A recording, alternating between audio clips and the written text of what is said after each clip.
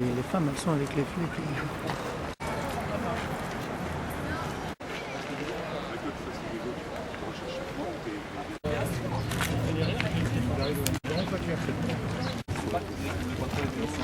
Elle peut me faire concurrence avec la PNEL là.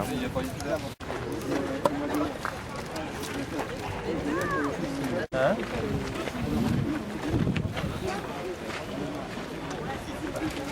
Puisque Vélorussion n'avait pas obtenu de réponse jusqu'à il y a à peine une demi-heure des services de la préfecture de police, donc ils ne savaient pas si cette manifestation était ou non autorisée. Ils sont arrivés, ils ont vu, comme vous avez pu le constater, un certain nombre de forces de police en bas du jardin, et donc ils se sont posé la question, ils sont allés voir les policiers, et la réponse qu'ils ont obtenue est la suivante, à savoir qu'ils ont le droit de manifester, parce qu'on est en France, ils ont le droit de manifester, mais pas tout nu. Pas tout nu parce que ce serait considéré comme de l'exhibition sexuelle, ce qui est un délit. Ils ont un petit peu transigé sur le fait que les garçons, et seulement les garçons, pouvaient se mettre torse nu et en caleçon, et les filles n'ont pas le droit de se mettre torse nu parce que ce sont des filles, et donc ce sera de l'exhibition sexuelle. Donc j'ai décidé que j'allais me mettre torse nu et que je mettrais mon écharpe par-dessus, auquel cas ce ne sera pas de l'exhibition sexuelle puisque mes seins seront cachés. Je trouve cet excès de pudibonderie choquant quand on voit les murs de nos villes, les séances publicitaires auxquelles on a droit et qui montrent des femmes tout le temps toutes nues. C'est pas du féminisme exacerbé, c'est juste de dire qu'à un moment donné il y a deux poids deux mesures et qu'il faudrait savoir à quoi on s'attaque vraiment.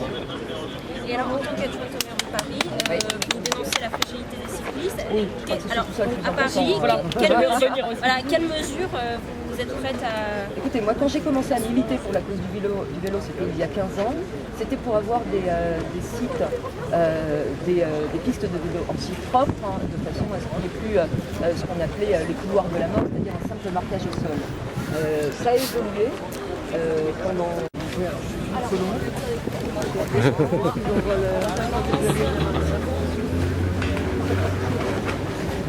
C'est partie de l'organisation de la manifestation psychologique de Paris. C'est OLOMB, comme on dit. Alors le principe de cette manifestation, c'est une manifestation internationale qui existe depuis 7 ans. Ça a commencé à Saragosse en Espagne et puis petit à petit, toutes les villes du monde ont été appelées à rejoindre. Donc il y a beaucoup de manifestations en Espagne.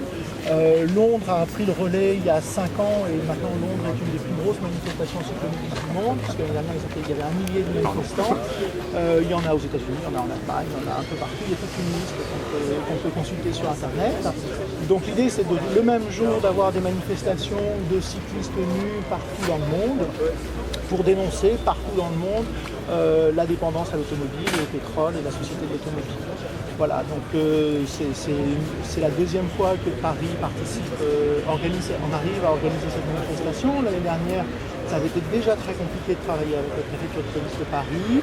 La manifestation s'était très bien déroulée et il n'y avait eu aucun problème. À la fin, il y avait eu simplement des interpellations qui n'avaient abouti à aucune poursuite puisqu'il n'y avait rien à poursuivre, il n'y avait pas eu de délit commis. Donc fort de ce succès de l'année dernière, on pensait que cette année on pourrait travailler en bonne intelligence avec la préfecture et que tout se passerait bien, malgré la météo. Et puis finalement on s'aperçoit que non, la préfecture reste dans une attitude de non-coopération et cherche l'incident, cherche à faire que les choses soient pas claires. C'est-à-dire, oui. La loi dit que ce qui est interdit, c'est l'exhibition sexuelle. Nous, notre point de vue, c'est de dire qu'il y a une nuance entre la nudité à vélo, et notamment en mouvement, dans une manifestation collective rapide, et l'exhibition sexuelle, qui, dans le code pénal, rentre surtout des agressions sexuelles. On n'est pas du tout dans cette problématique-là. Donc il y a une nuance que fait le législateur entre nudité et exhibition sexuelle.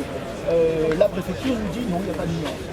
Moi je pense que si, on pourrait discuter de où on passe la nuance, mais il y a une nuance. Et puis ensuite, de toute façon, cette notion de nudité, elle est très subtile, puisque là, les agents de la préfecture viennent nous dire qu'une femme torse nu, on ne considère pas que ça sera d'exhibition sexuelle, alors qu'un homme torse nu, ça ne sera pas d'exhibition sexuelle.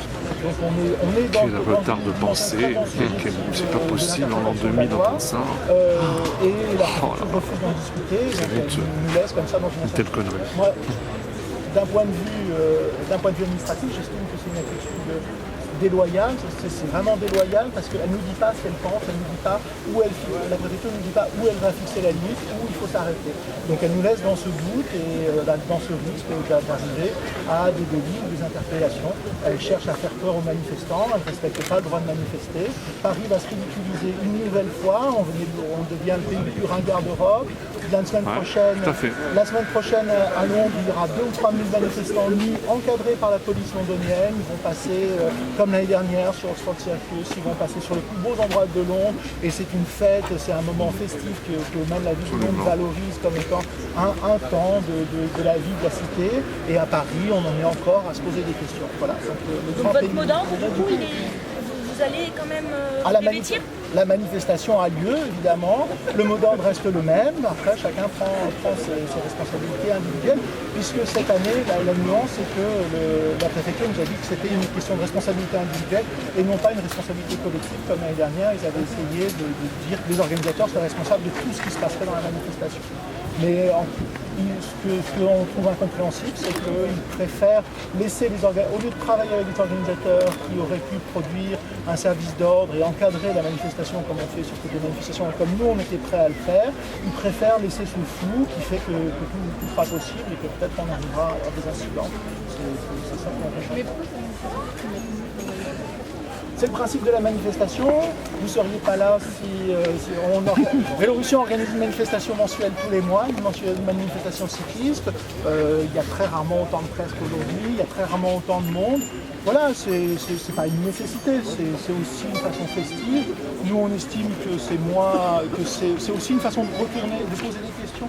C'est comme le carnaval, on interroge la société sur où est l'obscénité. Est-ce que l'obscénité, c'est de voir toutes ces voitures hyper agressives qui ressemblent à des chars d'assaut qui sont dans nos rues, de voir toute l'obscénité de brûler toute cette essence, de polluer comme on pollue, d'avoir transformé les villes comme on les a transformées. Est-ce que c'est ça l'obscénité ou est-ce que c'est d'avoir des gens qui sont nus, quand même assez fou au XXIe siècle, on considère encore comme scandaleux des gens nus quand on voit que la femme du président de la République a posé nue dans la presse. Donc, ça c'est un très bon argument. C'est surprenant qu'après on nous explique. Excellent argument.